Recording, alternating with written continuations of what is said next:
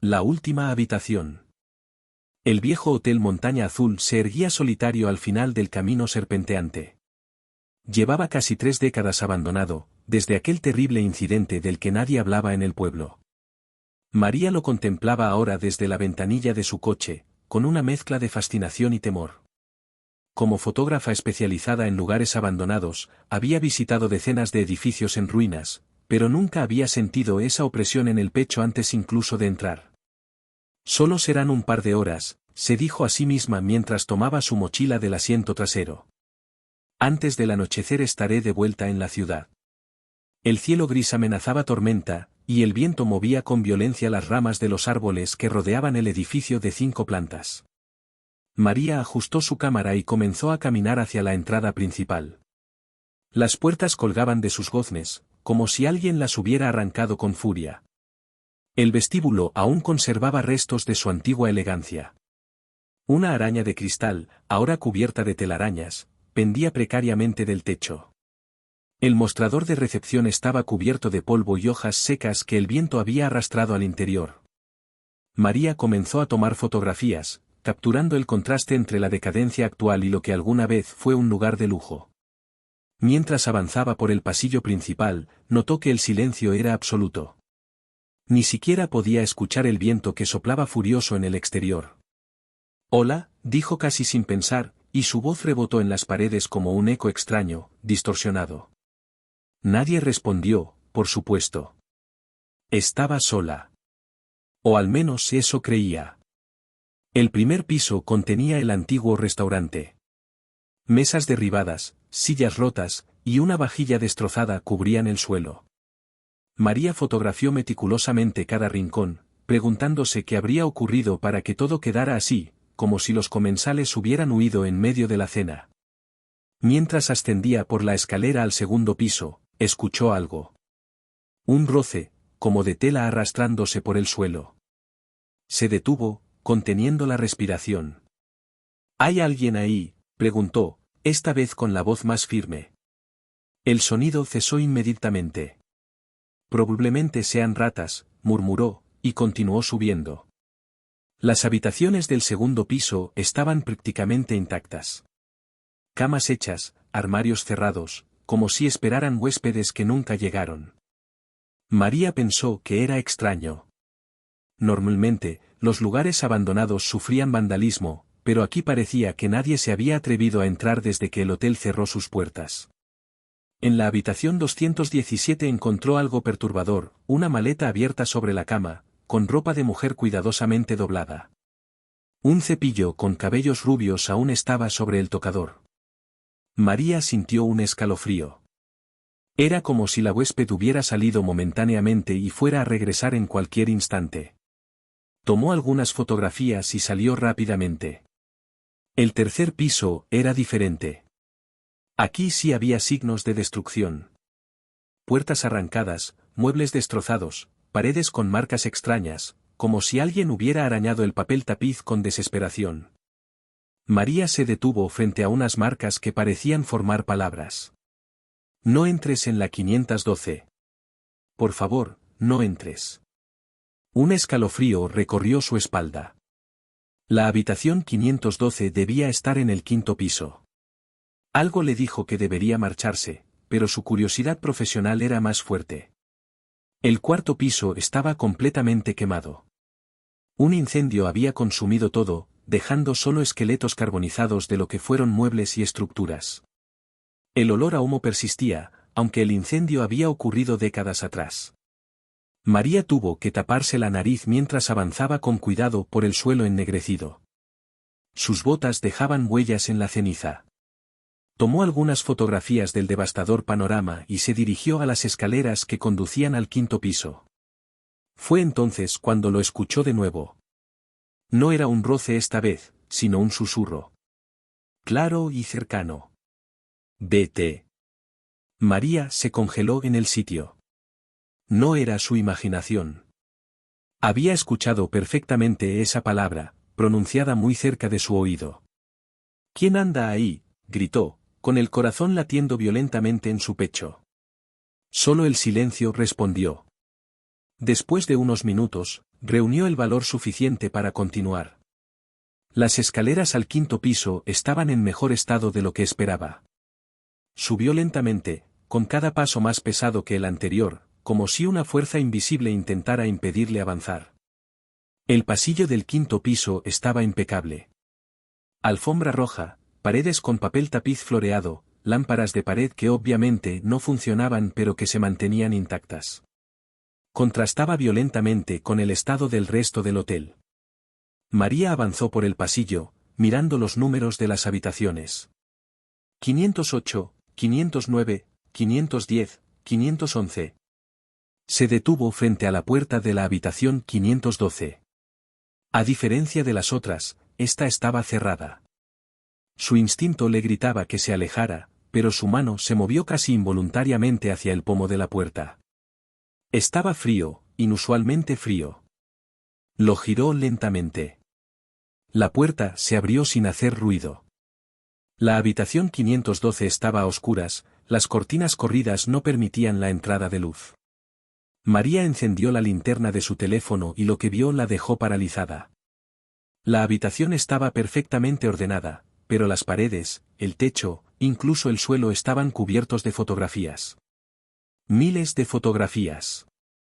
Y todas ellas eran de María. María entrando a edificios abandonados, María durmiendo en su casa, María comiendo en restaurantes, María cuando era niña.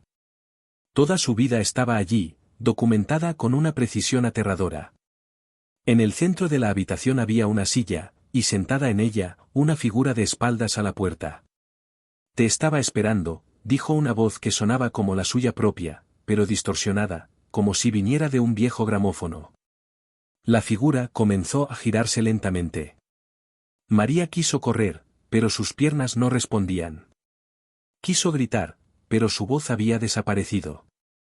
La figura terminó de girarse y María vio su propio rostro, pero descompuesto, con una sonrisa imposiblemente amplia que revelaba demasiados dientes.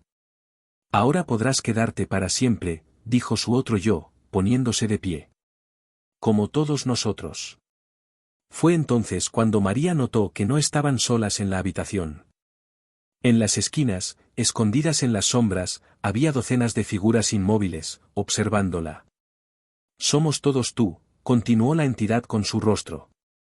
Todos venimos por la misma razón, todos nos quedamos por la misma razón. Las figuras comenzaron a avanzar hacia ella. Todas tenían su rostro, en diferentes estados de descomposición. María finalmente recuperó la movilidad y se giró para huir, pero la puerta había desaparecido. Solo había pared, cubierta de más fotografías de ella. No existe salida de la última habitación, susurró la voz a su espalda, ahora justo detrás de su nuca. María sintió unos dedos fríos en su hombro. Bienvenida a casa. Un mes después, un joven fotógrafo aficionado a los lugares abandonados estacionó su coche frente al Hotel Montaña Azul. Había leído sobre la desaparición de María Salgado y quería investigar por su cuenta. Mientras caminaba hacia la entrada, no notó la figura que lo observaba desde la ventana de la habitación 512. Una figura que sonreía con demasiados dientes, sosteniendo una cámara idéntica a la suya. El eco de los pasillos. Daniel nunca había creído en supersticiones. Como psiquiatra del Hospital Psiquiátrico San Rafael, su mundo se regía por diagnósticos, medicamentos y terapias. No por fantasmas ni maldiciones. Por eso, cuando le asignaron el turno nocturno en el ala este, la más antigua del hospital, simplemente asintió y aceptó su nueva rutina. Ten cuidado con la habitación 23, le advirtió Teresa, la enfermera jefe, mientras le entregaba las llaves maestras aquella primera noche. Los pacientes que duermen allí suelen cambiar. Daniel sonrió con indulgencia. Después de 15 años de carrera, estaba acostumbrado a las historias que circulaban entre el personal sanitario. ¿Cambiar cómo?, preguntó, más por cortesía que por interés real. Teresa dudó antes de responder, sus ojos evitando los de Daniel. Solo digamos que entran siendo una persona y salen siendo otra, murmuró. Y mejor no pasar demasiado tiempo ahí dentro. Especialmente después de la medianoche. Daniel asintió distraídamente mientras revisaba los expedientes de los pacientes. El ala este albergaba a 25 personas con diversos trastornos, desde esquizofrenia hasta trastornos de personalidad severos. La habitación 23 estaba actualmente ocupada por Ana Herrera, una mujer de 34 años diagnosticada con un trastorno disociativo no especificado. Buenas noches, doctor García, se despidió Teresa, dejándolo solo en la oficina de enfermería. Y recuerde, si escucha pasos en el pasillo después de las 2 de la madrugada, no salga a mirar. Todos nuestros pacientes están sedados a esa hora. Daniel volvió a sonreír. Estos hospitales antiguos siempre estaban llenos de leyendas urbanas. Las primeras horas de su turno transcurrieron con normalidad. Hizo sus rondas, comprobó que todos los pacientes estuvieran dormidos y regresó a la oficina para redactar algunos informes. A la 1 de la madrugada, un grito desgarrador rompió el silencio. Daniel se levantó de un salto, localizando rápidamente el origen, la habitación 23. Corrió por el largo pasillo, sus pasos resonando en las paredes de azulejos blancos. La luz fluorescente parpadeaba intermitentemente, creando sombras inquietantes que parecían seguirlo. Cuando llegó a la habitación 23, encontró a Ana sentada en su cama, con los ojos muy abiertos y fijos en la pared opuesta. ¿Ana? Soy el doctor García. ¿Estás bien?, preguntó, entrando con cautela. La mujer giró lentamente la cabeza hacia él. Sus ojos, antes marrones según el expediente, ahora eran de un gris pálido, casi translúcido. Ya viene, susurró con una voz que no parecía la suya. Siempre viene a esta hora para llevarse a alguien. Daniel sacó una pequeña linterna de su bolsillo y comprobó las pupilas de Ana. Reaccionaban normalmente. ¿Quién viene, Ana?, preguntó, adoptando un tono profesional. El doctor, respondió ella, como si fuera obvio. El que trabajaba aquí antes. El que nunca se fue. Daniel consultó rápidamente el expediente de Ana. No había mención de delirios específicos sobre médicos o personal del hospital. Voy a darte algo para que puedas dormir, de acuerdo, dijo, preparando una dosis de lorazepam. Ana sonrió, una sonrisa extraña que no alcanzó sus ojos. No servirá de nada. Él ya está aquí, dijo, señalando detrás de Daniel. Involuntariamente, Daniel miró por encima de su hombro. No había nadie, por supuesto. Después de administrar el sedante, esperó hasta que Ana se durmió y regresó a la oficina. Mientras caminaba por el pasillo, notó que la temperatura había descendido bruscamente. Podía ver su propio aliento formando pequeñas nubes frente a él. Sistema de climatización defectuoso, murmuró para sí mismo, frotándose los brazos para entrar en calor. De vuelta en la oficina, buscó en los archivos alguna información sobre la historia del hospital. Encontró un viejo álbum de fotos de cuando el edificio fue inaugurado en 1932. Pasó las páginas amarillentas con cuidado, observando los rostros serios de médicos y enfermeras posando formalmente. Se detuvo en una fotografía grupal del personal original. En el centro, un hombre de mediana edad con gafas redondas y expresión severa sostenía una placa que lo identificaba como Dr. Ernesto Vidal, director. Había algo inquietante en su mirada. Daniel continuó revisando el álbum y encontró más fotografías del Dr. Vidal, siempre con la misma expresión impasible, excepto en una donde aparecía sonriendo ligeramente mientras observaba a un paciente dormido. En la última página del álbum había un recorte de periódico con el titular, Trágico suceso en el Hospital Psiquiátrico San Rafael. El artículo, fechado en marzo de 1956, relataba brevemente cómo el doctor Ernesto Vidal había sido encontrado muerto en circunstancias sospechosas en la habitación 23, después de años de rumores sobre sus métodos poco ortodoxos con los pacientes. Daniel cerró el álbum, sintiendo un escalofrío que no tenía nada que ver con la temperatura del lugar. Consultó su reloj, las 2:15 de la madrugada. Fue entonces cuando lo escuchó. Pasos lentos y metódicos recorriendo el pasillo exterior. Pasos que se detenían frente a cada puerta momentáneamente antes de continuar. Recordó la advertencia de Teresa, pero su curiosidad profesional fue más fuerte. Se levantó y se asomó al pasillo. Estaba vacío, pero los pasos continuaban sonando, ahora acercándose a la oficina. Daniel permaneció inmóvil, observando cómo las luces parpadeaban a medida que el sonido avanzaba. Los pasos se detuvieron justo frente a él, aunque no había nadie visible.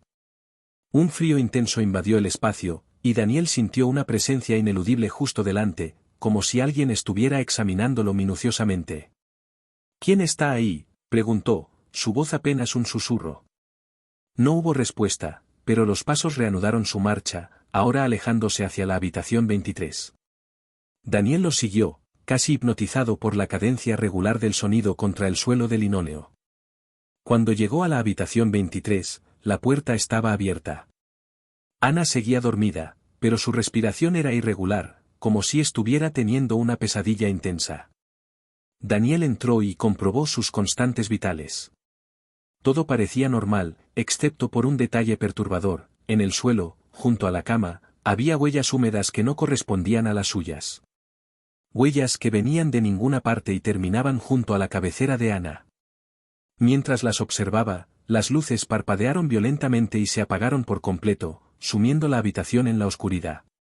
Daniel sacó su teléfono para usar la linterna, pero el dispositivo estaba completamente descargado, aunque lo había cargado completamente antes de comenzar su turno.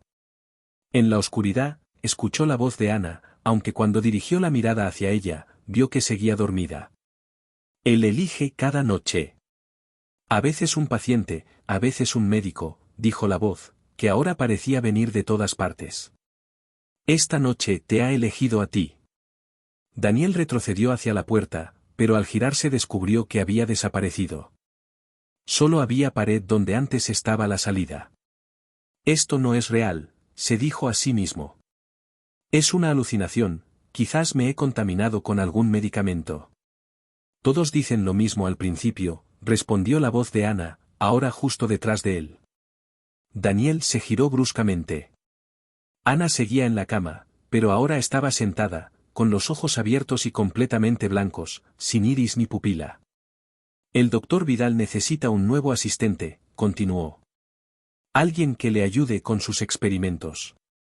Los anteriores no duraron mucho. Las luces volvieron repentinamente, pero la habitación ya no era la misma. Las paredes estaban cubiertas de antiguos instrumentos médicos, bisturíes oxidados, trepanadores, jeringas enormes. La cama de Ana se había transformado en una mesa de operaciones de metal donde ahora yacía atada una figura cubierta con una sábana. ¿Qué está pasando?, exclamó Daniel, el pánico creciendo en su interior. Un carraspeo a sus espaldas lo hizo volverse. Allí, junto a un viejo escritorio que no estaba antes, se encontraba sentado un hombre de mediana edad con gafas redondas. El doctor Vidal del álbum de fotos, con la misma sonrisa inquietante de la fotografía. Bienvenido, doctor García, dijo Vidal, su voz un susurro áspero. Llevo tiempo observándole. Creo que tiene potencial para mi trabajo. Daniel intentó correr, pero sus piernas no respondían. Intentó gritar, pero ningún sonido salió de su garganta. No se resista, continuó Vidal, poniéndose de pie.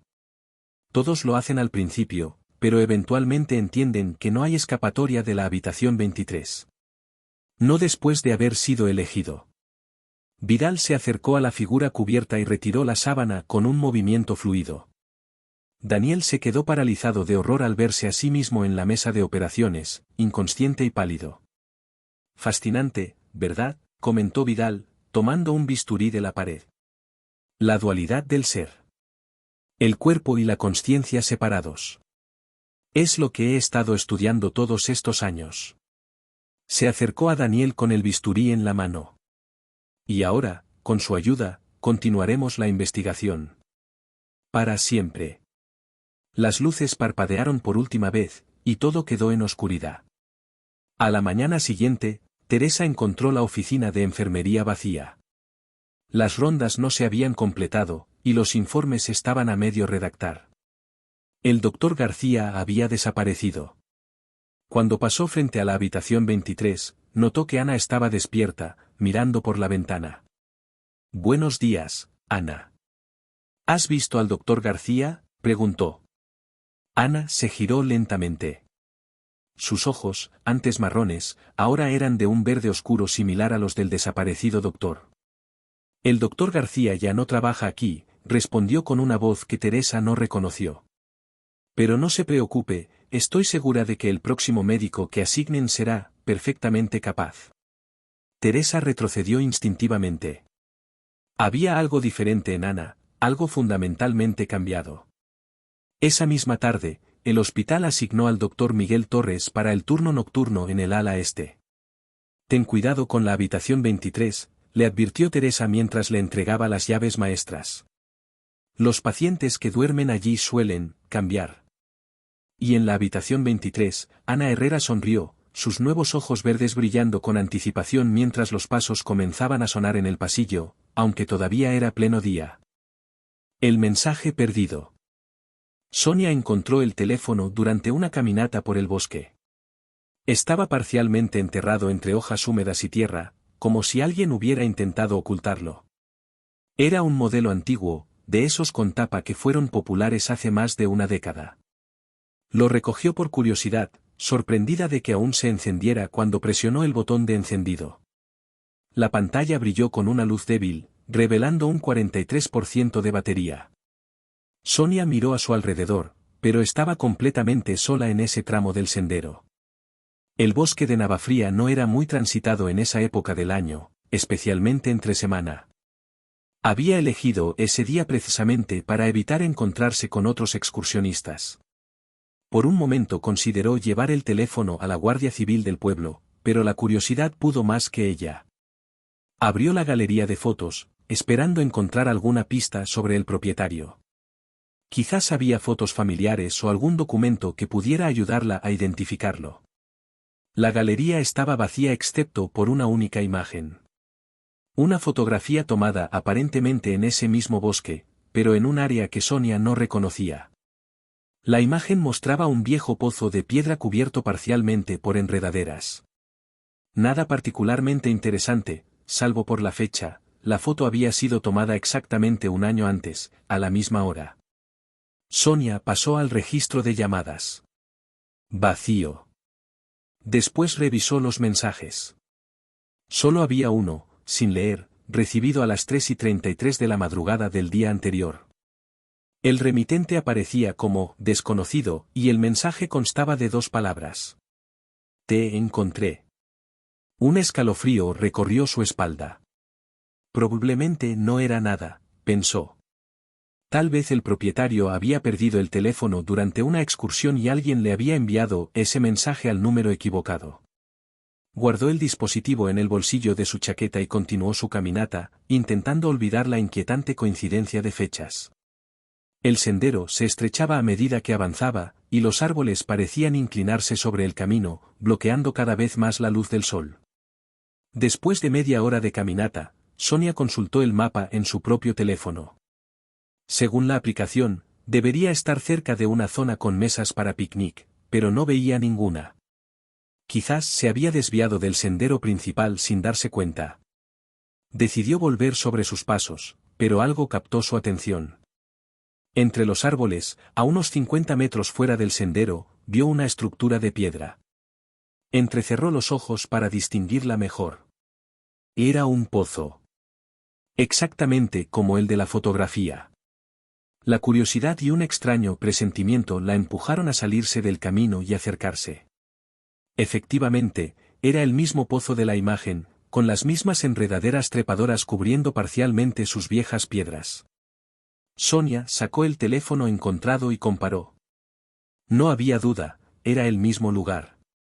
Mientras observaba la estructura, notó algo que no había visto en la fotografía, una inscripción tallada en una de las piedras. Las letras estaban parcialmente borradas por el tiempo, pero aún podía leerse, 1888, no mires dentro. Una advertencia que, por supuesto, hizo exactamente lo contrario de lo pretendido. Sonia se acercó al borde del pozo y se inclinó para mirar en su interior. La oscuridad era absoluta, imposible saber qué tan profundo era. Sacó la linterna de su teléfono para iluminar el interior. El haz de luz apenas penetraba unos metros antes de ser absorbido por la negrura. Pero alcanzó a ver algo que la dejó paralizada, la pared interior del pozo estaba cubierta de nombres y fechas, tallados en la piedra. Decenas, quizás cientos de ellos. Y justo a la altura donde alcanzaba a ver, recién tallado, estaba su propio nombre, Sonia, 15 de octubre de 2024. La fecha de hoy. Retrocedió, tropezando con una raíz y cayendo sentada sobre la tierra húmeda. Esto tenía que ser una broma pesada. Alguien había dejado ese teléfono a propósito para que ella lo encontrara. Tal vez la habían seguido desde el inicio del sendero. Miró a su alrededor frenéticamente, pero seguía sin haber nadie a la vista. El teléfono encontrado vibró en su bolsillo. Con dedos temblorosos, Sonia lo sacó y vio una notificación de mensaje nuevo. Mira detrás de ti. El pánico hizo que se levantara de un salto y girara bruscamente. No había nadie. Solo árboles y más árboles, meciéndose suavemente con la brisa. Su propio teléfono sonó entonces, indicando la llegada de un correo electrónico. Era de un remitente desconocido, con un asunto que le heló la sangre. Última oportunidad para escapar del pozo. El correo no tenía contenido, solo un archivo adjunto. Una imagen. Con manos temblorosas, Sonia la descargó y abrió. Era una fotografía de ella misma, tomada desde atrás, aparentemente unos segundos antes, cuando estaba mirando dentro del pozo. En la imagen se veía claramente como una mano pálida y esquelética emergía de la oscuridad, a punto de agarrar su cabello. Una mano que no había estado allí cuando ella se asomó. El teléfono encontrado volvió a vibrar. Un nuevo mensaje. Demasiado tarde. Sonia dejó caer ambos teléfonos y echó a correr hacia el sendero, tropezando con raíces y ramas. La desesperación le daba fuerzas, pero el camino parecía haberse esfumado. Donde antes había un sendero claro, ahora solo había árboles idénticos en todas direcciones. Después de lo que pareció una eternidad corriendo sin rumbo, se detuvo, jadeando, intentando orientarse. Sacó la brújula de emergencia que siempre llevaba consigo. La aguja giraba sin parar, como si el norte hubiera desaparecido. El sol comenzaba a ponerse, y con él la temperatura descendía rápidamente. Sonia sabía que no debía entrar en pánico. Era una excursionista experimentada, tenía provisiones, agua y una manta térmica en su mochila. Podría pasar la noche en el bosque si fuera necesario, y con la luz del día sería más fácil encontrar el camino de regreso. Buscó un lugar adecuado para acampar y encontró un pequeño claro. Mientras preparaba un refugio improvisado con la manta térmica, escuchó un sonido que le puso los pelos de punta, el tono de llamada del teléfono encontrado. Pero eso era imposible. Lo había dejado caer junto al pozo, a kilómetros de distancia. El sonido venía de su propia mochila. Con dedos temblorosos, abrió el bolsillo frontal. Allí estaba el viejo teléfono, sonando insistentemente. La pantalla mostraba, llamada entrante, tú. Antes de que pudiera reaccionar, su propio teléfono comenzó a sonar también. La pantalla indicaba que la llamada provenía del número del teléfono encontrado. Sonia apagó ambos dispositivos y los guardó en su mochila. Estaba aconteciendo algo que no podía explicar, pero tenía que mantener la calma. Solo necesitaba sobrevivir hasta el amanecer. La noche cayó rápidamente, envolviendo el bosque en una oscuridad casi tangible. Sonia encendió su linterna frontal y terminó de preparar su refugio. Se sentó, envuelta en la manta térmica, con la espalda apoyada contra un árbol, determinada a mantenerse despierta. A medianoche, la linterna comenzó a parpadear hasta apagarse por completo. Sonia buscó las pilas de repuesto en su mochila, pero no estaban donde recordaba haberlas puesto. De hecho, nada en su mochila parecía estar en su lugar habitual. Mientras rebuscaba a ciegas, sus dedos tocaron algo frío y metálico que no recordaba haber empacado. Lo sacó para examinarlo bajo la débil luz de la luna. Era una vieja llave de hierro, oxidada y pesada. Tenía un diseño intrincado en el mango, con símbolos que no reconocía. Un crujido de ramas la alertó. Alguien, o algo, se movía entre los árboles, rodeando el claro donde se encontraba. Sonia permaneció inmóvil, conteniendo la respiración, esperando que fuera solo un animal nocturno. Los crujidos cesaron, pero fueron reemplazados por algo peor, el sonido inconfundible de piedra raspando contra piedra, como si alguien estuviera tallando algo en una roca. Y luego, un susurro, tan cerca de su oído que sintió el aliento frío. Encontré la llave. Ahora puedo salir. Sonia intentó gritar, pero ningún sonido salió de su garganta. Intentó moverse, pero su cuerpo no respondía. Solo podía permanecer allí, paralizada por un terror indescriptible, mientras sentía una presencia moverse frente a ella. A la tenue luz de la luna, vio una figura agachada, con movimientos espasmódicos y antinaturales. La figura se acercó lentamente, arrastrando consigo un olor a tierra húmeda y podredumbre. Cuando estuvo lo suficientemente cerca, Sonia pudo distinguir su rostro, o lo que quedaba de él, una masa deformada de carne putrefacta con dos huecos negros donde deberían estar los ojos. La boca, una abertura irregular sin labios, se contorsionó en una horrible imitación de sonrisa. La criatura levantó una mano esquelética en la que sostenía un objeto familiar, el viejo teléfono. Lo abrió y comenzó a teclear con dedos deformes, con las uñas tan largas que parecían garras. El teléfono de Sonia, aún apagado, se iluminó en su bolsillo. Tenía un nuevo mensaje. Gracias por liberarme. Ahora toma mi lugar. La criatura se abalanzó sobre ella con una velocidad imposible. Sonia finalmente logró moverse, pero solo para caer hacia atrás, como si el suelo bajo ella hubiera desaparecido súbitamente.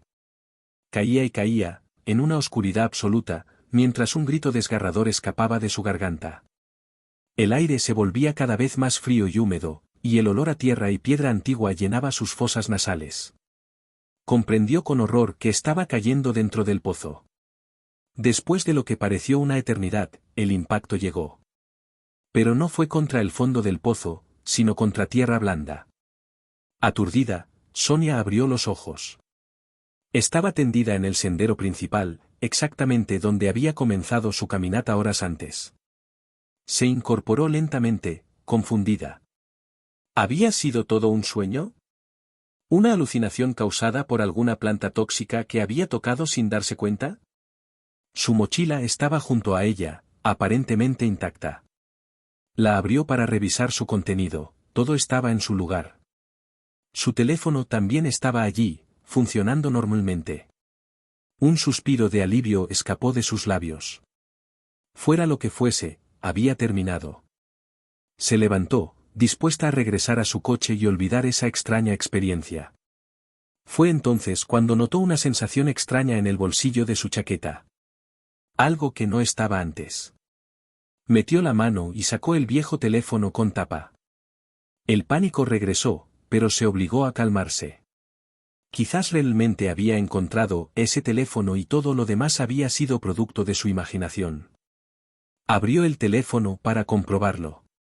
La pantalla se iluminó, mostrando un único mensaje nuevo. Mira tus manos. Sonia bajó la mirada hacia sus manos y gritó. Sus dedos eran ahora largos y huesudos, con uñas amarillentas y curvas como garras. La piel, antes tersa y bronceada, estaba ahora pálida y arrugada, con manchas de tierra incrustadas tan profundamente que parecían parte de su textura. Dejó caer el teléfono y corrió hacia un pequeño arroyo cercano para verse reflejada en el agua. El rostro que le devolvió la mirada no era el suyo. Era el rostro deformado y putrefacto que había visto en el bosque. Su propio teléfono sonó con la notificación de un mensaje nuevo. Con dedos temblorosos, que ya no reconocía como propios, lo sacó y leyó.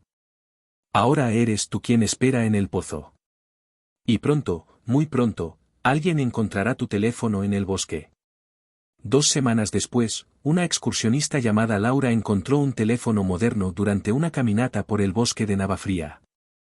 Estaba parcialmente enterrado entre hojas húmedas y tierra, como si alguien hubiera intentado ocultarlo. Cuando lo encendió, solo había una foto en la galería, la imagen de un viejo pozo de piedra. Y un único mensaje sin leer que decía: Te encontré.